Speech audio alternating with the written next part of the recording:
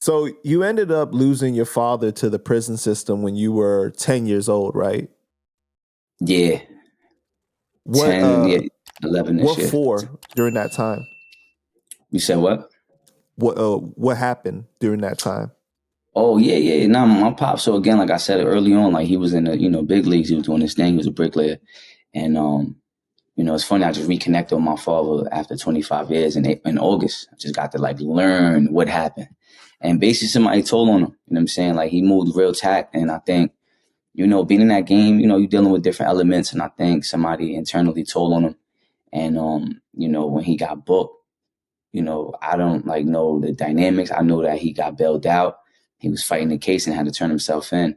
And then, yeah, once he was snatched for good, my mom was like, yo, your father was going away. You know what I'm saying? So it was kind of like one day I come home from school from playing outside and she's like, I got to sit you down. Like he never really prepped me. You know what I'm saying? He ain't tell me like, look, this is what's going on. Now putting the pieces together, he got booked, got let out. He was trying to fight the case and avoid deportation and all that. And but he never really like, you know what I'm saying? I think he didn't expect it to go where it went. And then it kind of happened. You know what I'm saying? So yeah. Do you remember like your immediate reaction when he's like telling you, or your No, mom's telling you? my mom telling me, yeah, Your mom telling you, sorry. it was real. I think I started crying. I think like she kind of was crying too. You know what I'm saying? Like, yo, like this is real. You know what I'm saying? And your father's gonna go away for a while. And I think for a moment, like I paused. And I think the idea of like, I can't just call him right now. I think that because he was like I say, he was like my hero, right? So I could call him if I needed something. So the fact that I can't immediately like pick up my phone, I think I felt that. And I paused, I cried. And I don't really know what happened afterward. I know in that moment I was in her room and but that was a moment. So then after then, you guys don't stay in contact, you and your father, during that time? Nah, like it's kind of blurred for me. I know. I think we spoke on the phone a couple times. My mom ain't really like have it to go see him, and like you know what I'm saying. It was like I guess financially, can't even tell you exactly why she ain't never bring me. But yeah, nah, like it just was a disconnect. You know what I'm saying? And it's crazy. 'Cause I know we spoke. I think I wrote him a letter and that was it. I think I was supposed to go see him, but we never, like, it never happened. And then he got like shipped up top, and then he was too far, and then next he's doing his time, and then he gets deported. You know what I'm saying? Like it kind of happened so fast. So it's almost like he passed away because like you guys totally lost contact entirely. Yeah, yeah, for a minute. So he got deported to Puerto Rico or No, so my father was from DR. He's originally DR? born in Sorry, DR. yeah. Yeah, yeah. My mom's a New York Regan. All right. And when you said you recently reconnected with him in August, right? Yeah, and well, we reconnected over the phone in 2013.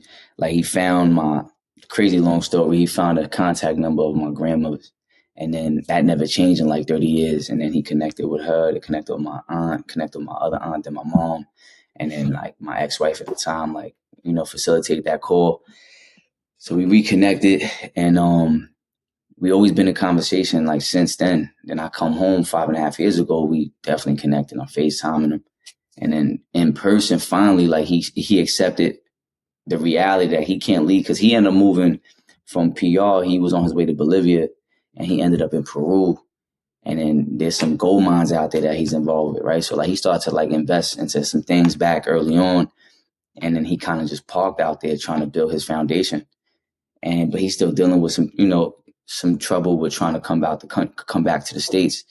So I think for a minute, like he wasn't trying to have me or my other brother who I connected with, we reconnected with, come out there. And we was kind of like, yo, we got to see you. It's been too long. And then he finally accepted the reality, like, yo, look, all right, just come out here.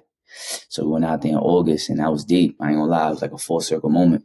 Man, I can't imagine the emotion that you must have felt, like not only in 2013 when you reconnected with him, right? Because I mean, those are so many years in between of you feeling like I lost my father, you know what I mean? And then hearing his voice on the phone, and then actually getting to see him in person, just in August. right? That's Yeah, crazy. yeah, yeah, yeah. That was deep. I ain't gonna lie, it was deep. I think I'm still kind of like processing that. Right, right. It takes time, you know. Do you feel like that was healing for you?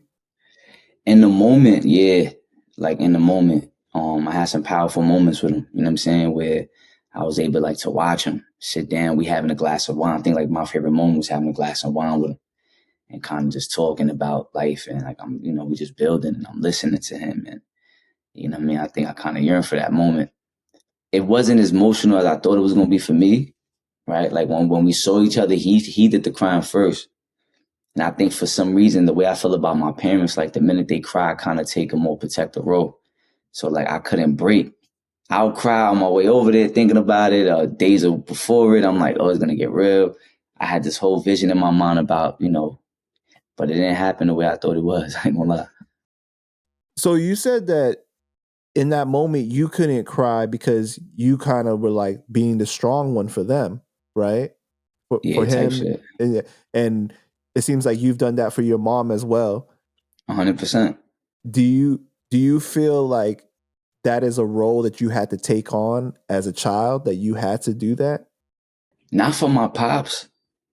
For my mom, I seen her in a lot of vulnerable moments, but I can't think about the connection between like seeing her cry or him cry and like me immediately pivoting, right? Like I can't see the connection, Mm-hmm. but maybe just kind of how I kind of grew up, right? Like being in prison my whole life, kind of, I don't know, just kind of what it is. There Right. got to be some connection that I haven't thought about yet, or